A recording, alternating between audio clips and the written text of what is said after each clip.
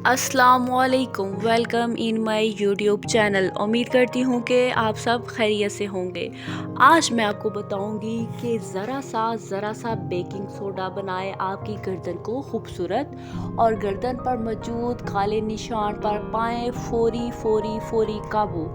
उसके लिए आपने क्या करना है, यानी आपकी गर्दन पर स्याही आ गई है, आप अपनी गर्दन को नीट और क्लीन बनाना चाहते हैं, तो आपने बस चुप करके इस वीडियो को देखना है। गर्दन पर काली मैल मुस्तकिल अगर हो गई है तो आप इसको नज़रअंदाज ना करें, बल्कि डॉक्टर से भी लाजमी रजू करें, क्योंकि इसका होना जिस्म में हार्मोनल तब्दीली के बाइस होता है।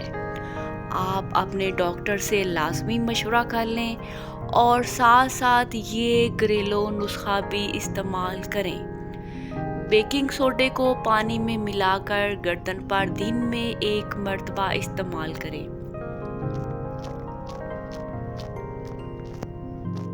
फिर 15 मिनट बाद हल्के कपड़े या टिश्यू की मदद से गर्दन को मल लें, यानी अपने बेकिंग सोडा जो है उसका लेप अपने नेक के ऊपर कर देना वाटर के अंदर मिला के, और फिर आपने उसको अच्छे से मिसाज करना है और उससे आपकी गर्दन पर जमी मैल जो है वो आहिस्ता आहिस्ता निकल जाएगी।